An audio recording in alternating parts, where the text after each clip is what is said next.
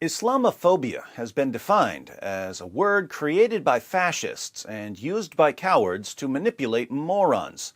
We normally hear the word Islamophobia when we object to Islam's call for the violent subjugation of the entire world, or to Muhammad having sex with a prepubescent girl, or to the Quran allowing Muslims to beat their wives into submission, as if there's something wrong with us for having an objection to slaughtering unbelievers in the name of Allah, or raping little girls, or beating women. But one Muslim recently posted an honest comment about Islamophobia. Mansour wrote, "Many Muslims just don't want to accept that they themselves are Islamophobes. The definition only works for them, as they are afraid of true Islam while claiming to believe in it.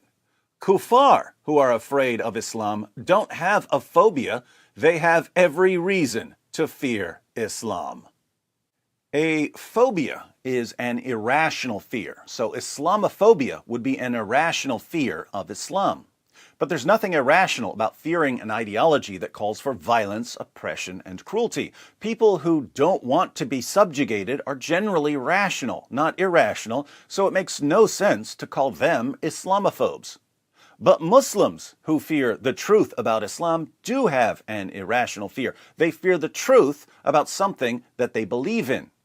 They believe it's wrong to have sex with prepubescent girls, but they believe in a God and a prophet who say it's okay to have sex with prepubescent girls.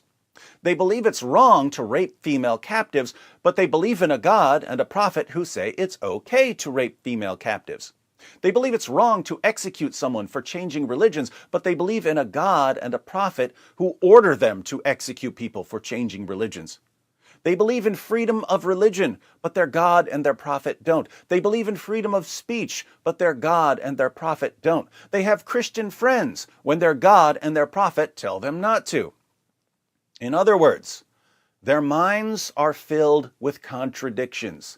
They simultaneously believe in Islam and reject Islam. That is irrational.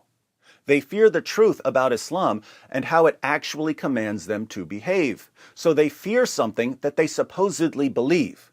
This means that they have an irrational fear. It seems then that non-Muslims don't have an irrational fear of Islam, while many Muslims do have an irrational fear of Islam. Hence, our Muslim friends are the real Islamophobes. If they want to rid themselves of their irrational fear of Islam, there are two ways to do it. First, they can actively embrace all of Islam's horrible teachings and rid themselves of all resistance against Islam's horrible teachings. This is what the Quran commands them to do. Indeed, the Quran says that you're not really a Muslim until you fully embrace everything that Allah and Muhammad command.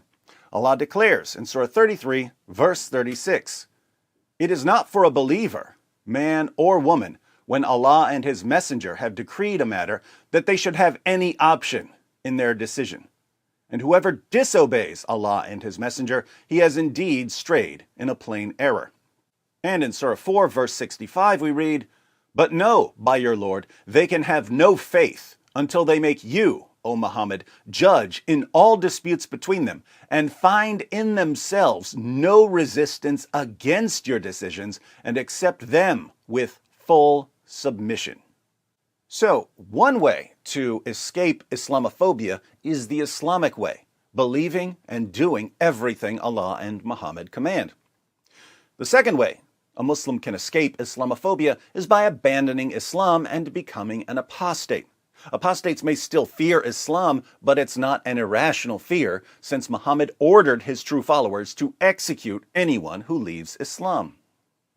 As for those of us who are non-Muslims, and especially ex-Muslims, the best thing we can do to combat Islamophobia is to lead more of our Muslim friends out of Islam.